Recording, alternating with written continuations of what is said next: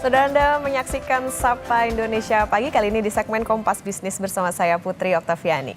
Saham emiten sawit milik sejumlah konglomerasi langsung menghijau bahkan melesat tinggi setelah Presiden Prabowo Subianto menyatakan komitmen memakai sumber nabati sebagai bahan solar. Pertama adalah saham John Lynn Agro Raya dengan kode JARR yang sejak Senin rally di jalur naik.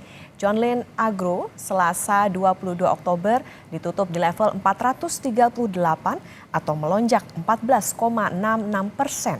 Jika dihitung dalam sepekan saudara, saham ini bahkan melesat 48,98%. Kalau kita tarik selama sebulan terakhir, pergerakannya adalah yang ada di layar kaca Anda melambung sampai 63,4%. John Lynn Agro juga menjadi penggerak utama kenaikan IHSG, bahkan yang kenaikannya tertinggi di antara saham sawit lainnya. Sedikit informasi saudara, John Lynn Agro terafiliasi dengan John Lynn Group milik pengusaha Andi Syamsuddin Arsyad atau dikenal dengan Haji Isam. John Lynn Agro tahun ini mulai mengolah sawit jadi solar dengan kandungan 50 atau B50. Saham sawit lain yang juga menghijau adalah milik konglomerasi Grup Salim atau yang terafiliasi dengan Indofood, pemilik merek mie instan sekaligus minyak goreng, yaitu Salim Infomas Pratama. Saham sawit dengan kode SIMP ini per 22 Oktober ditutup naik 1,44% ke 422 per unit. Naik wajar meski di atas kenaikan IHSG. Kalau kita tarik 5 hari perdagangan, kenaikannya sampai dengan 2,43% dan dalam 1 bulan naik 4,46%. Saham sawit yang juga naik selanjutnya saudara masih terafiliasi dengan konglomerasi Salim, yaitu perusahaan perkebunan London Sumatra Plantation atau LSIP. 22 Oktober, LSIP menguat 6,4% ke 1.245 per unit.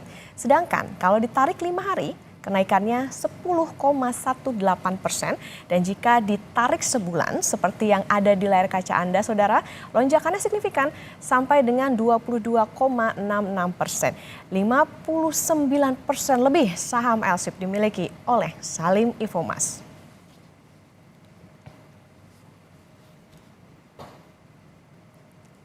Tidak hanya saham sawit perusahaan afiliasi Haji Isam dan konglomerasi Grup Salim saja sebenarnya naik saudara. Perusahaan afiliasi konglomerasi Sinarmas yaitu SMAR juga menghijau.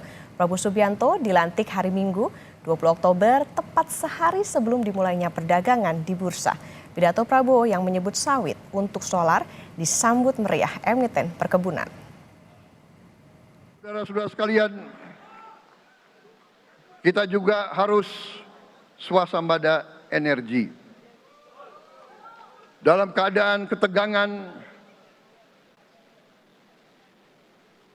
dalam keadaan kemungkinan terjadi perang di mana-mana,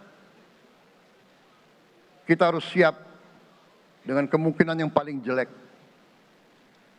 Negara-negara lain harus memikirkan kepentingan mereka sendiri. Kalau terjadi hal yang tidak kita inginkan, sulit akan kita dapat sumber energi dari negara lain. Karena itu, kita harus swasembada energi dan kita mampu untuk swasembada energi. Kita diberi karunia oleh Tuhan Maha Besar, tanaman-tanaman yang membuat kita bisa tidak tergantung bangsa lain.